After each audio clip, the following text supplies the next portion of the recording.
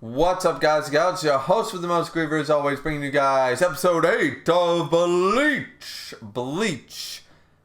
1,000-Year Blood War Arc, episode 8.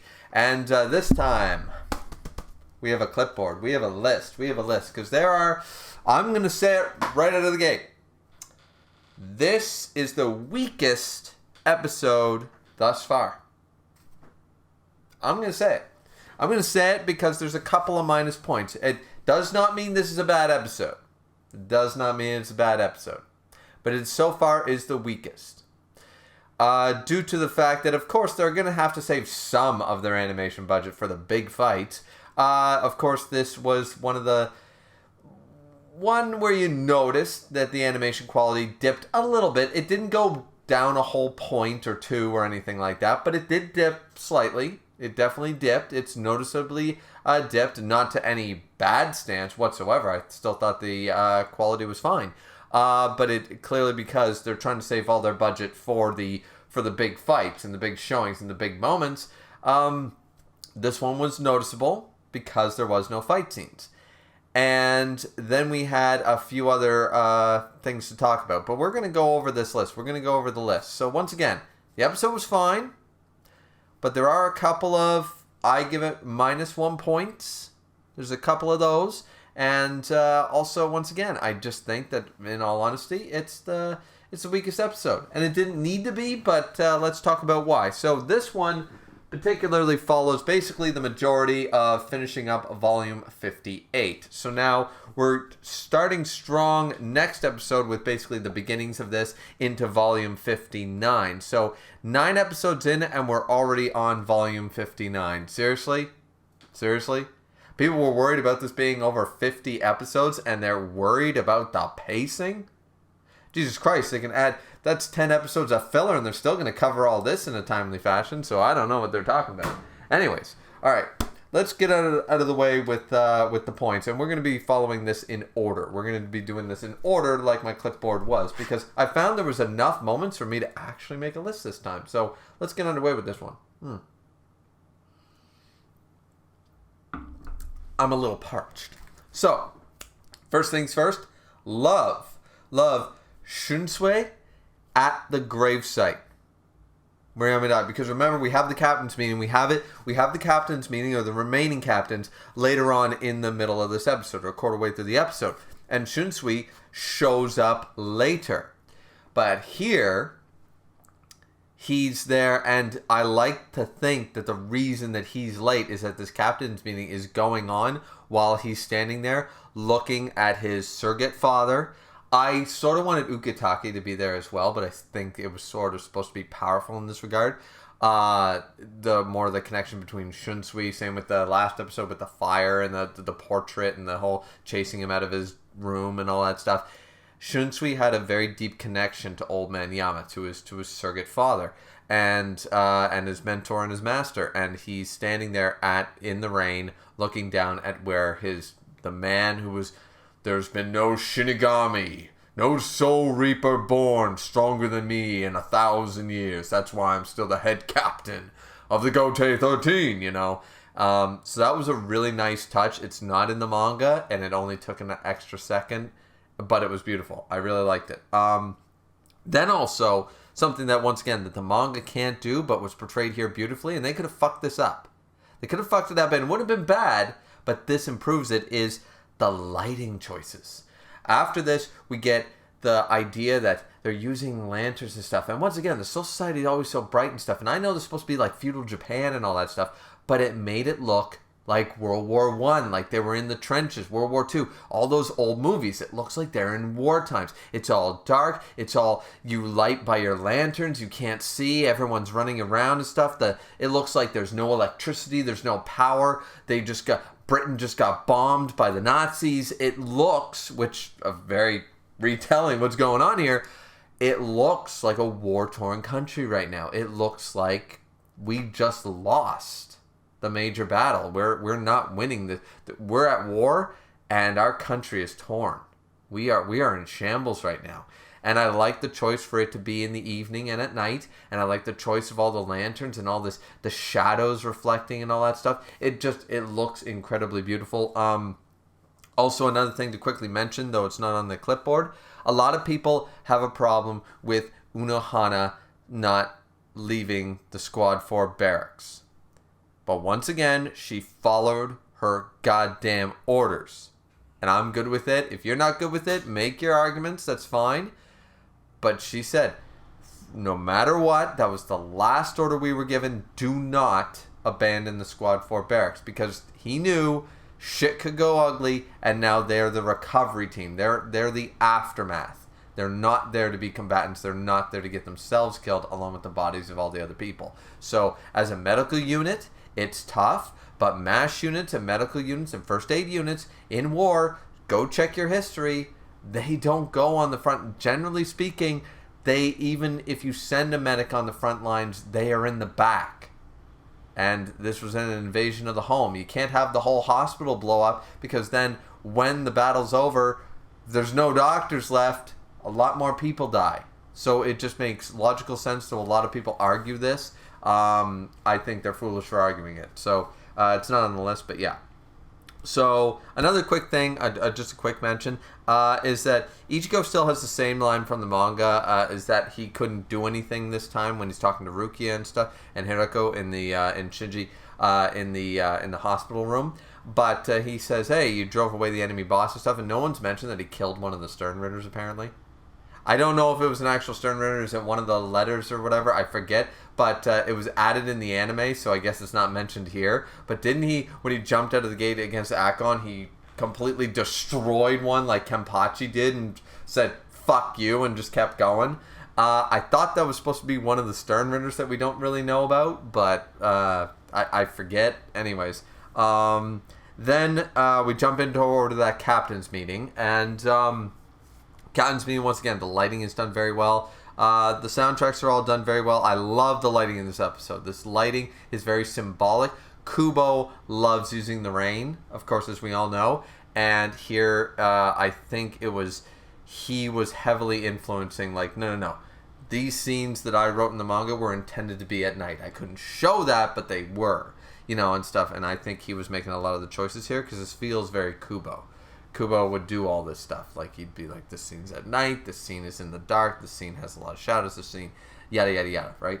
Now, in this scene, Soifon being a brat like always, this scene basically goes the exact same way as the captain's meeting in the manga. However, one thing that I disliked, and here's my first minus point, is because, okay, well, first, before we get into the minus point, so Soifon's being the brat as always, just yelling and screaming and being like, this is not fair, wah, wah, wah, wah, wah. And it's like, your job as a captain is to never look like that to a subordinate, you dumb fuck. Jesus. So no wonder people don't like Soifon. I don't understand. It's the itty bitty titty community that must love her, because she is not a good character, realistically. She's an okay, decent character at best, and most of the time bratty, outlandish, and literally not suited to be a captain whatsoever. In no way, shape, or form should she be a captain, because she is impulsive and has no idea how to hold morale together. She would be the general that everyone would run away on the front lines. She is never the one to make the Aragorn speech. She's never the one to make the speech to unite the troops on the front line. She can't do it, because she acts like this when things go tough. She lashes out. That is the sign of the worst commanders in history. So she's acting like that, and then she lashes out at the other captains much older than her, like Kensei, who say, stop doing this, you're embarrassing yourself. Now, I wanted to bring this up because she says that the only reason you're so unfeeling or you don't care is because you held a grudge against Yamamoto, against the head captain, for banishing you guys 100 years ago. And he goes, how fucking dare you? And then it's all cut short, and we'll get into minus point number 1 in one quick second.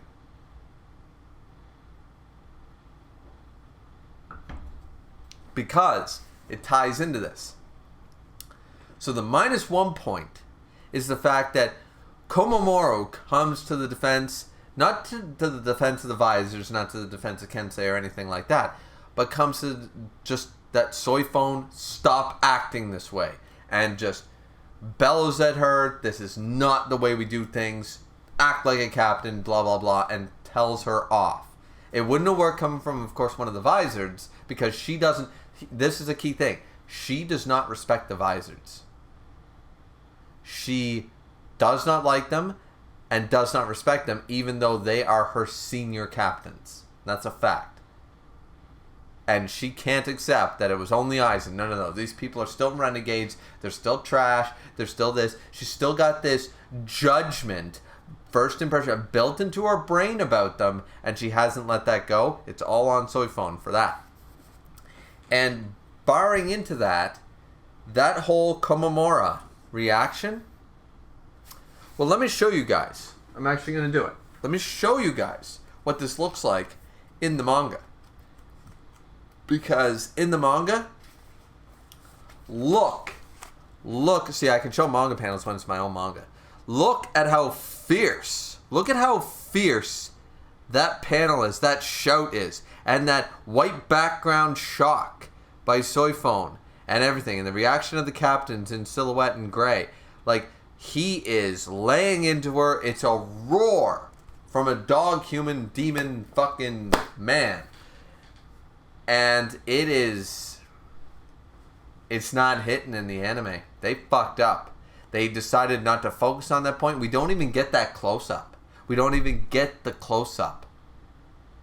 That's where I started to say, this episode is making a mistake. This might be, because this is the first moment that I truly thought, since episode 1, the anime made a mistake. They had an opportunity to do something, and they chose not to do it, and it was already right here in the source material, and for some reason they ignored it. And I question why. Why? I do question why. So, that's my -1 point, because that scene could have been way heavier. You cut the music, you have him roar, and then yell at Soifon. And then it's like, boom, and then you have silence again. And then that's when Shunsui comes out, okay. You know? Then you have that scene. But it would have been much more powerful if not from a fucking far away shot. Nah, that didn't hit me, man. That didn't fly. So, and once again, leading into the idea that not only is Soifon holding a grudge for some reason against the Vizards, or treats them like they're not senior captains, has this impression of them. It has been stated, basically by Shinji and the others, during the fake Karakura Town arc, not that she was there, but that's not her business to be there. If Yamamoto reinstated them all as captains without question, then she needs to sit down and shut it, but clearly she wasn't okay with it and wanted to know why. But it's like, listen, you're not the teacher, you're one of the students. It's not your job to know why the suspended student is back 3 days early. It's not your business. Sit down and shut up. We're starting class. But she wants to be not only the teacher's pet, she wants to run the whole fucking operation, even though she'd lose. And she just has this terrible, because it's been stated, and it's also been 100 years. Sure, they held a grudge, probably for a long amount of time, against both Aizen and Yamamoto. But after the 100 years, there's no bad blood between them anymore. They sort of disassociated themselves. It's like, I don't care, almost. They reached this point of acceptance. They went through the 5 stages of grief over it, but they're past the anger and the pointing blame and all that stuff. At the end of the day, it was Aizen. Yamamoto could have done more, they understand that, but there's no point after a century of pointing fingers. And Kensei and Rose and all of them, they know this. So when Yamamoto said basically, we never see this scene, I wish we had seen it, come back as captains, and they agreed, it must have been a simple, maybe Yamamoto apologized and said, I was blind or something. Maybe he made a remark that made them all say, yeah, you know what, he knew he fucked up, but Aizen was a fucking cruel, manipulative bastard too, so, alright, or whatever. We don't know what went behind the scenes, but it's not Soifon's place. And Soifon lashing out like this, even when there are people like Ukitake and Komamura and Shunsui that have far more connection to the head captain, to be the loudest voice bitching. She just looks like an ignorant brat. She looks like a child. So, I don't, once again, don't like Soy Phone, and here's just more ammo for the fire. Anyway, so moving on to the next -1 point, because I only have 2 more points. Well, I will talk about Squad Zero a little bit, but yeah. So they skipped the Bankai explanation. Wait a minute now. They talk about, like, Tensa Zangetsu can't be repaired because Shikai and Bankai are different. Mayuri starts his explanation. Now, let me make sure I get this correct.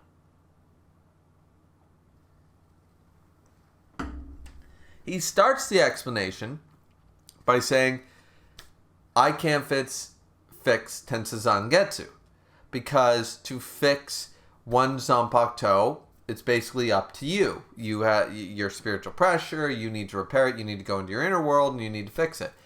He's like, oh, well, thanks for nothing. All right, well, then I guess I'll get started. He goes, hold on, not done. That's when it's Shikai. Bankai is a different story and cannot be repaired. And then there's an explanation that works. That for anime onlys, this is going to create a lot of plot. I can see the Reddit forums now of anime onlys. I know they're few and far between, but that is irrelevant because this is key information, in my opinion, missing. Because we have seen, no less than once again, because he brings it up. Mayuri brings this up. Komamura's Bankai gets destroyed all the goddamn time. Every time he uses it, it's fucking broken into a million pieces. It's fine every time we see it. And what about Ikkaku's Bankai being shredded? What about Byakuya Kuchiki destroying part of Zabimaru? Mayuri brings these all up in the manga and says, Akon did a pseudo fix, but Ikkaku's Bankai wasn't repaired. It's actually far weaker than it was before. Not that he ever wants to use it. But still, that Bankai was going to be great and never will be. Renji's Zabimaru, those links, you know how he has so many links? You ever count them? And like, this was a powerful statement for him to say. He goes, you ever count those links? Because the ones destroyed by Byakuya Kuchiki aren't there. They never repaired, they never were fixed. Bankais are built different. And the threat level is just as high. So Komamura's being the one exception is brought up because it ties to his own user's body and life force. So there's a bit of an exception. His Bankai is unique to that rule because it's based in sharing the blood, so to speak, sharing the damage. But outside of that, sorry, it don't work. This is key to understand because it also elevates and inspires Ichigo's decision to go in this episode to the Royal Palace because he's told that, like, we can basically he is also told that Akon pseudo repaired, so we can pseudo repair your Bankai, but it won't be the same and it won't be near as strong. You're SOL, dude. And he's supposed to be like, what am I supposed to do with all that information? But we get that cut short by basically saying, Bankai can't be fixed. And then, all of a sudden, so anime onlys are going to have a tough time understanding that. And I think that's a bit of an issue. I think that was a key, unlike the lieutenant's meeting that was skipped, I think that was a key conversation. It would have taken an extra 2 minutes of the runtime, and it was skipped. I don't think it should have been. Like, that's a big -1 point for me. That and the Komamura thing. This can only be an 8 out of 10 episode as a result. And then we move on, of course, to the Zero Squad. Now, the Zero Squad is kind of funny, especially since we now officially have gotten by Kubo and by the officials, all the original Gotei 13 have been revealed. And noticeably, spoiler alert, none of them are part of the Zero Squad. So, what does this mean? Because we knew that Hikafune is clearly at least as old or younger than Ukitake, Unohana, and Shunsui. Because Ukitake and Shunsui were the first two captains confirmed since the inception of the academy.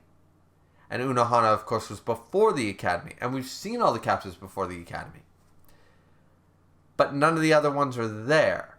And yet, even though they rarely or almost never leave the royal palace, we have crazy mechanical arms, and Mayuri have a relationship of some degree. And we know that the healing man himself taught Unohana, so must have been around at the time that she fought Kenpachi. It must have been around at the time when she was the Slayer, because he taught her all the healing techniques and is now saying, no, you're healing. I taught you my techniques so you could master them, but I'm still number one in healing. Your job ain't to heal anymore. Big, powerful. It's a great scene, and the scene is done exactly as the manga, and it's done very well. But there's an issue there, because, well, it's not an issue. I just want to know, what is the time frame here? What's the timeline? How do these people know each other? And how often does the royal palace actually come down? Because Shunsui and Ukitake know them. Shunsui even meets them and goes, oi, oi, monk. Speaking about, of course, Ichibe. Saying, what have you come down for this time? But it must have been centuries since they came down. So, because they elevated Hikafune 110 years ago. And other than that, when would they have met? But he seems to know him on a familiar basis. And yet, we have the guy who taught Unohana the healing techniques, calls them all fledglings. But I would argue that Unohana, Shunsui, and Ukitake aren't really fledglings. Maybe compared to them, but if none of them are part of the original Gotei 13, where were they before that? Are they after the original Gotei 13? We need a bit of a timeline, I think. I think we need to see, okay, when were these people around? We know about the monk, of course. We know about our monk leader. That's a different story. And you can even argue our Shinigami sword god. We can argue him. But the other three have clear connections to other members of the Gotei 13. So they must have been around long enough to establish a relationship. So, and since we always just assume they were part of the original 13, but they're not, now I'm curious as to where do they fit into the timeline. Are some of them second generation Gotei? Like, is Shunsui and Ukitake not second generation, but even third or fourth generation? That doesn't make a whole lot of sense, because the academy was established like literally 1,000 years ago, and the original Goten was 1,000 years ago. So these guys were around, but they weren't captains of the Gotei ever? I'm curious. I'm just a little curious. That's all I'm saying. I'm just bringing up some points here. So, and the last point that I loved was, and I'll try to use it as a thumbnail. There's a lot of good thumbnails for this one, but Gigaku. She knows. It was left a little ambiguous with the uncle talk, but it's official. It's shown in the anime. I love it. We see it. She knew that I don't know when she found out, but she knows that Ishin is Ichigo's father. And she also knows that Ishin is her uncle. It's a nice scene. It's a nice little, just a quick, even if it'll make Uncle sad. It was a beautiful way to, like, it didn't end the episode because we still get into, and we bring up one last point. It's just a minus, it's not a -1 point for me, but they didn't bring up, like, hey, Kisuke Ohara sort of stole my techniques, motherfucker, about the healing pool, Do you think that was his idea? he got it from me. Maybe they'll bring that up next episode. But so we don't end the episode off on that, which is fine. But it was a nice, tender moment. And we see the Fullbringers and we see Ginjo and stuff like that. So we know shit's about to go down. They're probably going to do a lot more. I mean, once again, this is only episode 8. We're done at volume 58. Like, the pacing is going good. Like, good enough that I won't be surprised if we get episodes worth of non-manga material and still reach the conclusion. I'm convinced of that at this point. So there was a lot to cover there. This review is probably about 35 minutes, but I just had a lot to talk about. As I said, there was a lot of moments here that I really wanted to mention, really wanted to discuss, and I think I did my best to make my arguments there. You know what I mean? But yeah, if you guys have anything to say about it in the comment section down below, if you don't agree with some of my statements, particularly about soy phone and stuff like that, I'm willing to battle it out with you. But realistically, the episode was fine. I would give it about a 7 out of 10, but it's definitely the weakest episode thus far, I think, as a result of that, because they had opportunities to do good things that they didn't. They took out things they shouldn't have. And then once again, where there was no fights and you have to save your budget somewhere, the animation quality did take a noticeable, about a point worth drop.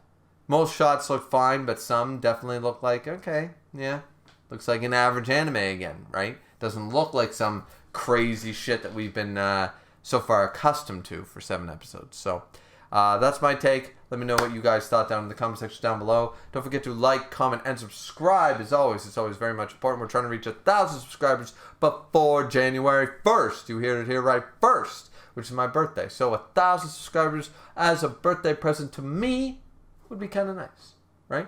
So let's see if we can get me that birthday present, guys. And we'll see you guys back here next time.